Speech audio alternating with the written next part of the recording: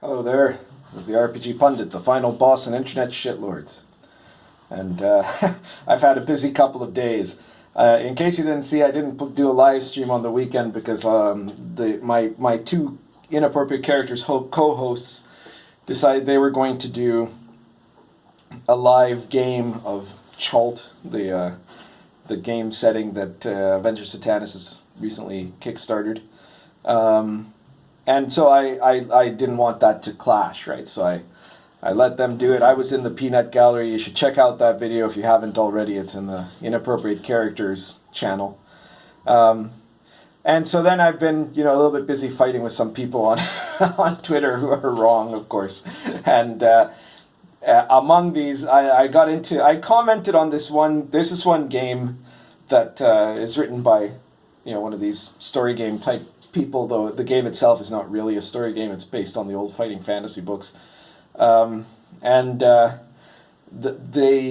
tweeted a virtue signaling post about how all the proceeds of their work was going to go to this charity that is basically advocates of unlimited immigration and stuff like that, right? And so I said, well, okay, at least they're open about it, and now you know whether you want to support this or not. And that was all I said in the tweet. I didn't say anything. I was like, I was in no way being at 1/10 of the asshole I'm capable of becoming, at any given time. So it seems really weird.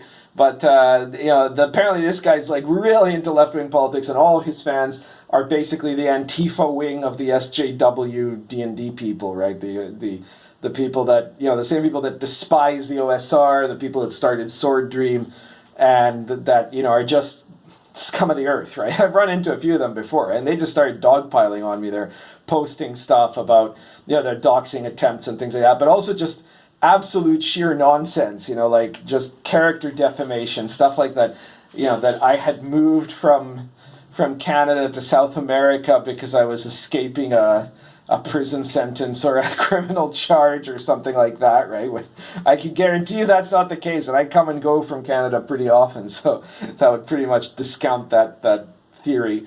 Like the one that really surprised me, but that makes sense when you start to think about it, was that they started pressing this idea that I'm not actually Latino, and so that I'm actually that therefore lets them justify their claims that I'm some kind of white supremacist or something like that, right?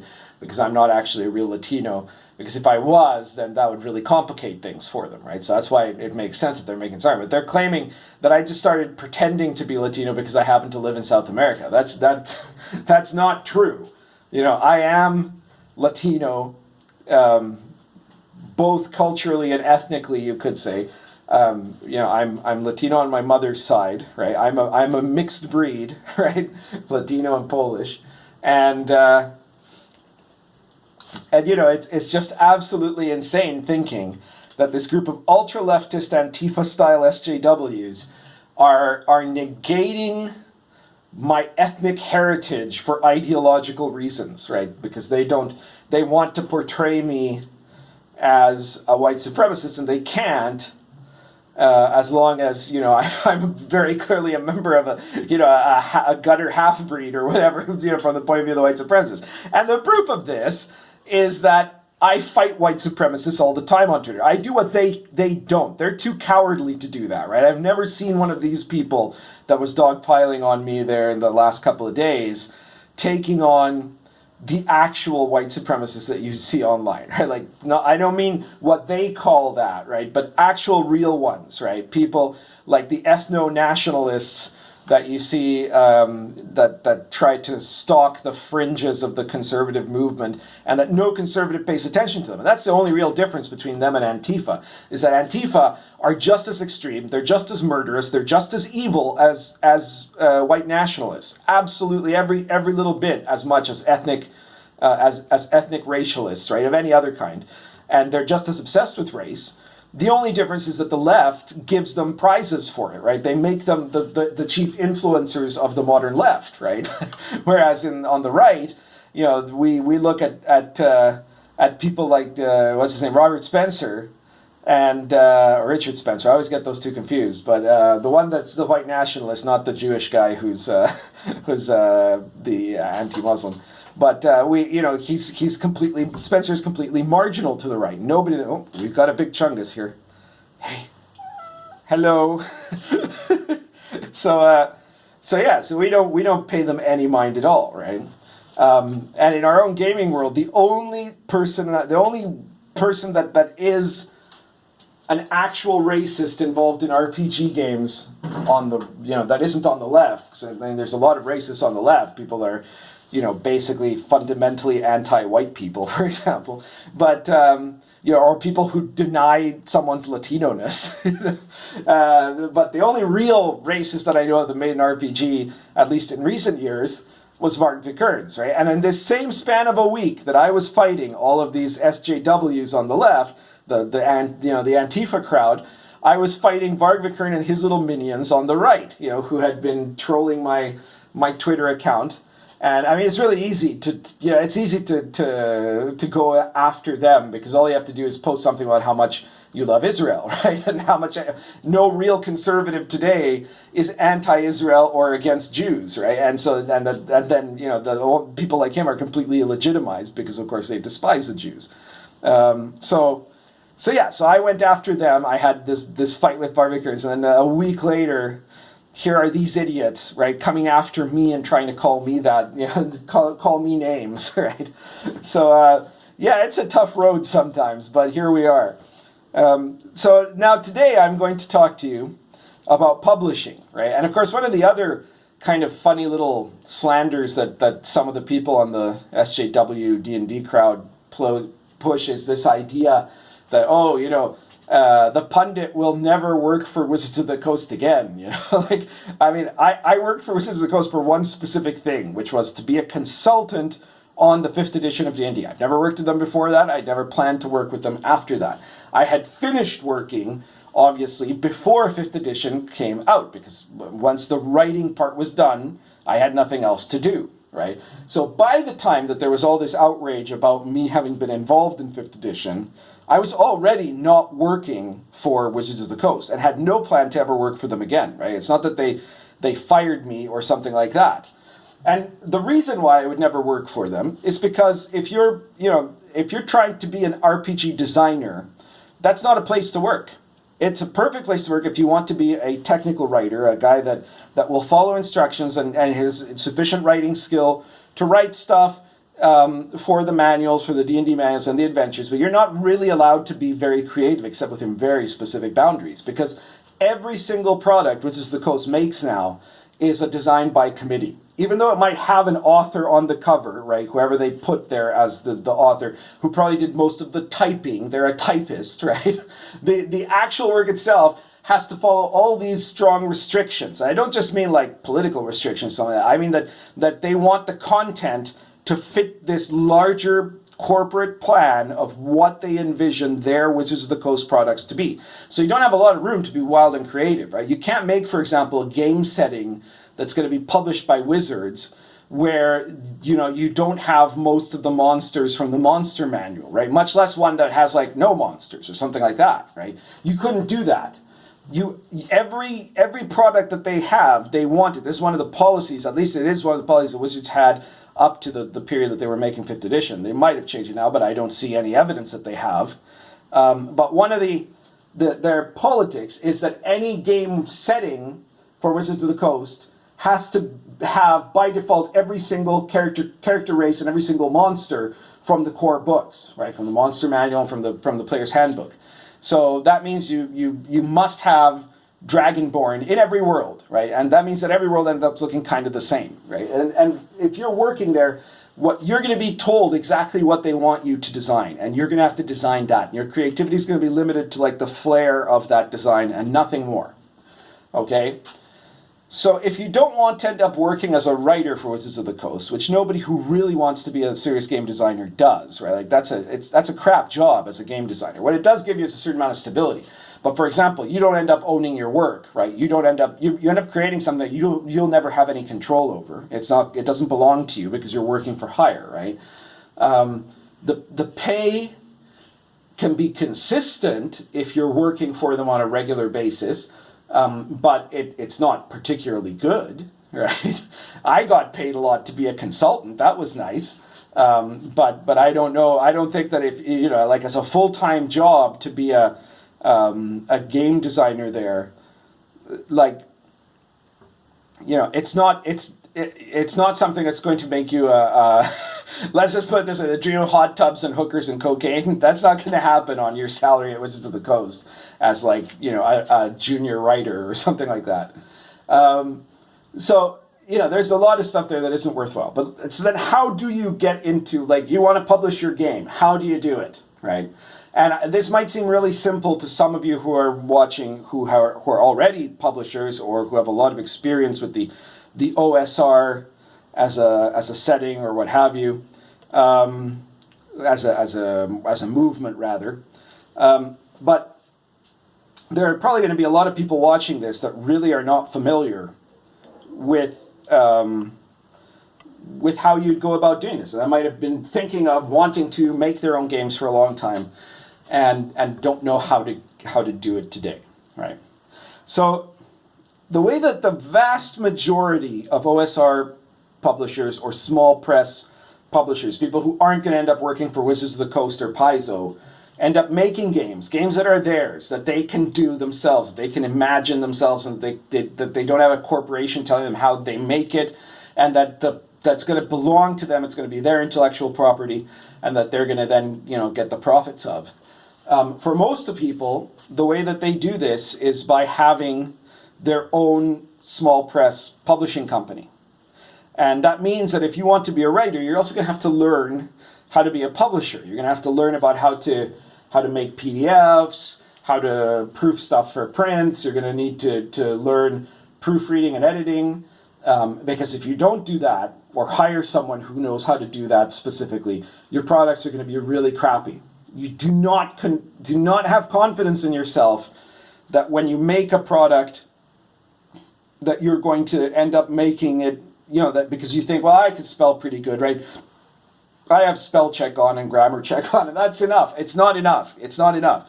Because you're always going to make mistakes. There's going to be mistakes that the computer won't catch. There's going to be all kinds of errors. There's going to be stylistic errors. Sometimes stuff gets moved around. You need to have people that are going to be carefully checking it. And it probably just shouldn't be you either, right? So this is one of the tricky problems of self-publishing. And if it's not you, that means you have to pay someone to do it. So it's complicated, right? Then you have to decide whether you want your game to be a Kickstarter or not. That's a whole other set of skills you have to learn. There's how to do a Kickstarter. So again, you can hire someone that can do a Kickstarter for you, but then you're investing more money. So this is all very, very, there's a lot of different complicated angles to this. And if you're good, if you're really interested in doing this, then you should go for it. You shouldn't. I'm not saying this as a way to intimidate you or something. You should learn. Be aware that it's not going to just amount to you typing out a game on your computer, and then that's it, right? You're going to have to get it published somehow, and you're probably going to have to do it yourself, unless you're the RPG pundit. I'll get more to that in a second. But if you're not, you're going to have to do it yourself probably. And that means you're going to have to either learn all these skills yourself, have very good friends that are going to learn these skills that will work with you either for free or for some kind of a profit sharing deal, or you're going to have to pay up front for some of these services, right? For an editor, for a proofreader, for the for getting the work done in a presentable format that will then be able to be made into a print-on-demand product. Because you probably don't want to make it into a print-run product unless you have some reason for thinking that you're going to be able to sell all that. And all of this in what is a very risky business, right? So I hope that if you're thinking about doing this, you're not thinking about jumping from your current job into doing this full time either, which means that you have to do this in your spare time, because it's very, very few very successful publishers, and you can end up getting to the point where you're working full time as a game publisher and making enough money to live on. I know that there's a few OSR publishers that are at that level now, right? And you see some people getting huge amounts on Kickstarters, but remember that a lot of those, then have a number of aggregate costs because you have to get out all of the products that you promised. If you end up making a bunch of extra products like bonus stuff, bonus tiers, then you're going to have to get all that out too. And in the end, sometimes the profit margins of a Kickstarter are much smaller than you think. I know people that have made six-figure Kickstarters and ended up losing money on that because by the time they delivered on everything that they were promising to deliver in the Kickstarter, the six figures that they raised were not enough. So you need to think all that through. Now, let's say you don't want to do all that. Well, your only other option is to find a publisher who's willing to publish your work. Is that possible? Yes. Is it easy? No. Because you're not going to do freelancing for Wizards of the Coast or for Paizo. And most other mid-tier gaming companies don't exist anymore. And have freelance work that has got, like, in some ways, all the disadvantages of being a freelancer for Wizards of the Coast and none of the advantages, right? Like, you don't get the extra coverage or fame if you're working for Palladium, but you do get all the hassle of having a boss that's going to want to run your game for you, right? Run your product for you and tell you what to do. So then your other options are small press publishers. And for them to get on board, you're going to have to make some kind of an impression. So I'm going to tell you, for example, I've never published my own games. I looked at all the things I just mentioned and said, I don't want that hassle. I'm just a writer. I am not a publisher. I'm not a guy who's going to organize a Kickstarter. I don't know how to run a business. So screw all that. I'm just the guy who writes. And luckily, by then, I was already the RPG pundit. I was already sufficiently... and we're talking about 2007 here. I was already sufficiently internet famous in the RPG community that when I went to someone and said, hey, I want to make a game, actually I didn't. I didn't go to someone. I wrote it on the RPG site forums. I said, hey, I'm thinking of making a game. I'm looking for a publisher. And I had like several people that wanted to publish my game just because they figured that having that name on the cover would actually sell a few copies. And it kind of did. Right, and then the next one did more, right? And of course now, even more so, right? Every game I've published has been more successful than the last, and a lot of them have been pretty damn successful, I have to say, right? So that's really good. But they haven't all been with the same publisher. In fact, I've switched over from publishers a lot of times, always on a very favorable note, right? Like, my first publisher was Flying Mice, and then it was Presses Intermedia. Who back then was known as PIG Games, now they're known as Presses. And then Bedrock Games were the ones that did Arrows of Indra. And then Dom Games has done Lion and Dragon and Dark Albion. And now the RPG Pundit Presents is being done with Presses Intermedia again. So I've worked with a lot of those. And I've also worked as a consultant on other jobs. And this is another thing you can do, is you can do work for hire for some companies where, you know, they might find an OSR game you really like and offer the publisher that you would like to really write an adventure for that OSR game and for him to publish it, right? And then work out a deal. Probably the publisher is going to want one of two things, right? It's going to either be work for hire or it's going to be some kind of profit sharing deal. Now, work for hire means just what it sounds like. You know, he's like, I'll pay you $300 and you write this, 40-page module or something like that, right? And that's the deal. You get the money. The game is not yours. The product that you make, you don't ever earn more money off of that ever again, right? You're being paid to do a particular job, right? And it'll depend on whether the publisher wants the job, and whether they find that your work is adequate for the job that was done, right? That they, you have to end up producing what they want you to produce. But most of the times, OSR publishers are going to be, or other small press publishers are going to be a lot more relaxed. They're not going to have, because they want to have a bunch of marketing people behind them telling them, oh, we have to do this because we want to make sure we can sell this other book, or we want to make toys and merchandising, or you're not allowed to have anything about these topics or stuff like that. They're not going to care about any of that, right? They're going to want you to make the thing you want. They'll probably care if it's part of a line for their game, right? If there's, I don't know, let's say Adventure Conquer King, right, is an OSR RPG. Let's say you want to make a module for that. So you go to Autark and you propose that you're going to try to do this. And would they be interested in publishing it? And they might, yeah, they might not. They might pay you for it. If they're offering to pay you for it, they're definitely going to want to check the quality of it, right? It'll have to fit, it'll have to be sufficiently well written, and it'll have to fit their game, right? You can't change the mechanics. You can't, if it's set in a particular world, you can't, do stuff that goes contrary to the established canon, right? So they're going to check for all that. And if those things are okay, then they go ahead with it, right? And it'll be a similar situation if you get some kind of profit sharing. Now, regarding profit sharing, you are going, even though you're the writer, you're going to have to share an important part of your profit with a publisher if you're not publishing for yourself. If you're publishing for yourself, you get 100% of profits. You also get 100% of the hassles, right? If you're writing and they're publishing, then you write and that's all your hassle, and then their hassle is everything else, and they have to do that, right? Including, in most cases, stuff like art and layout, right? You're not going to be expected to do that. If you can do that, you can probably negotiate a bigger percentage. Now, how much is a fair split? That depends on the writer. Because an established writer, again, someone like myself, I'm never going to do another product for less than a 50-50 split, right?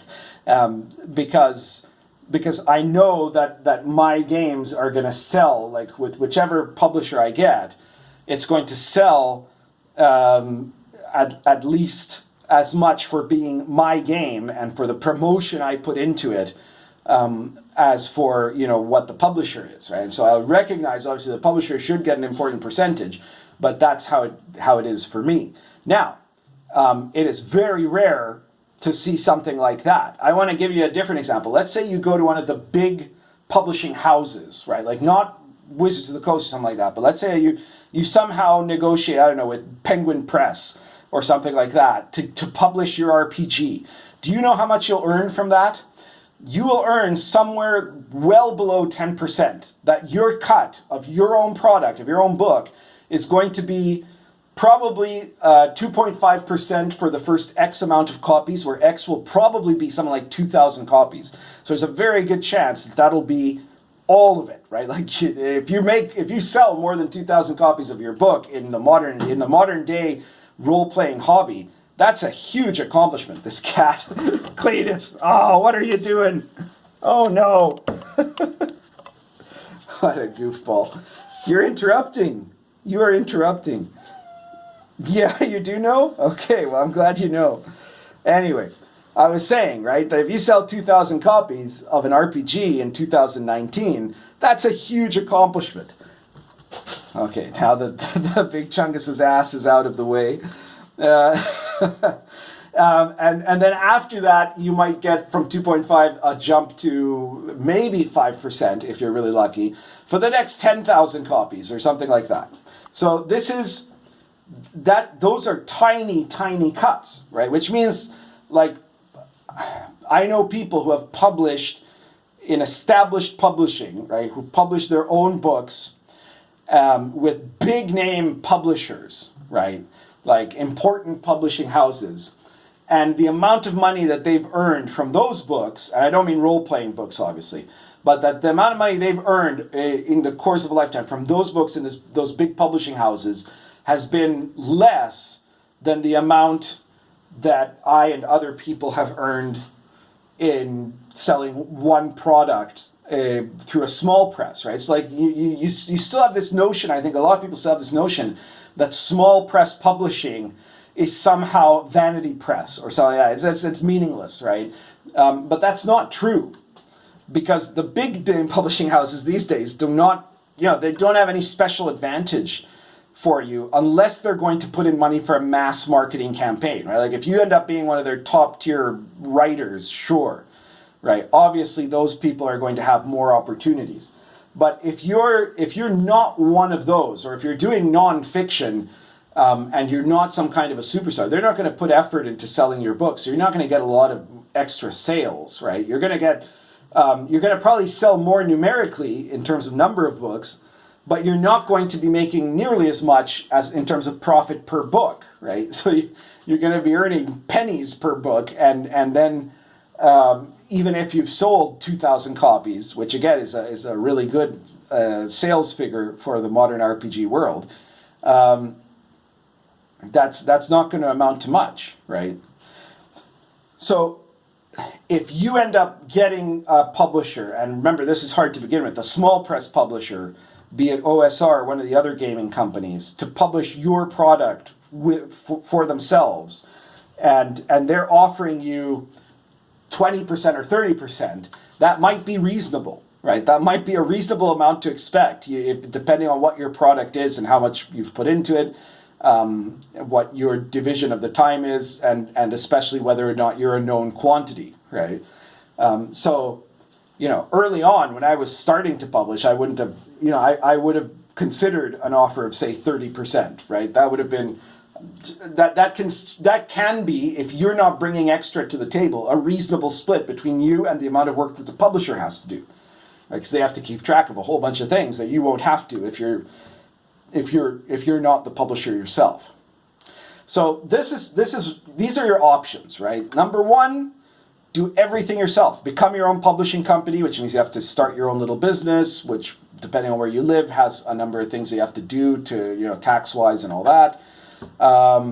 Learn how to create a book that can be done on, how to not just write a book, but how to edit, proofread, make into a PDF, do the layout, put the art in. You'll have to get your own art, which means you'll have to either draw yourself, hire artists to make specific works, or buy art. You can't just find something off the internet and put that on there, because it's got to be legal, right? Like you can't publish using pirated art, right? So you have to learn all that stuff. You have to learn how to handle stuff like how to sell your products at One Bookshelf or Drive-Thru RPG or Amazon or Lulu. You'll have to do all the marketing yourself. It's a lot of different things, right? Or you can end up trying to convince a publisher to publish your book, which is not very easy. I know only a few publishers that do that, and when they do it, it's usually for people who have something more that they're bringing to the table already, right? So if you either you're already an established game writer or game designer, or you're some kind of a celebrity figure of minor quality within the hobby, or stuff like that. Or you can try to go and apply to something like Wizards or Paizo, but what you're going to be doing there is not really game designing. It's just going to be not quite just a typist, right? I don't want to totally denigrate that job, but it's going to be a job of very limited creativity. It's going to be a job where you're going to have to paint completely within the numbers that a corporate board wants you to paint and your several bosses, right? It's not a job of creativity. That's why the only time I ever worked for Wizards of the Coast was as a consultant on D&D 5th edition, because that was all about creativity. That was what they wanted. Anyway, that's everything for today. If you like this video, please share it. Please subscribe. Hit that notification bell. We don't probably get listed too much on searches and things like that, so we count on you to share this video with everyone so that the word gets out. We're slowly building up our subscribers. We're getting close to 1,500 now, which is really wonderful. I want to thank everyone who's already subscribed. If you want to support me financially, get me making more videos or other, my work in general in the RPG hobby, more live streams and things like that, posting more often, then you can support me directly, if you like, on Patreon or on PayPal. But I would suggest that rather than do that, you check out my game products, stuff like Lion and Dragon or Arrows of Indra, or my PDF series, RPG Pundit Presents, which is a weekly PDF magazine, I guess you could say. Each issue has its own supplement, adventure, or mechanics or magic system stuff that you add. It's all OSR. Some of it is medieval authentic OSR. Some of it is Gonzo OSR. So it's all old school gaming that you can apply to your old school D&D or fantasy gaming.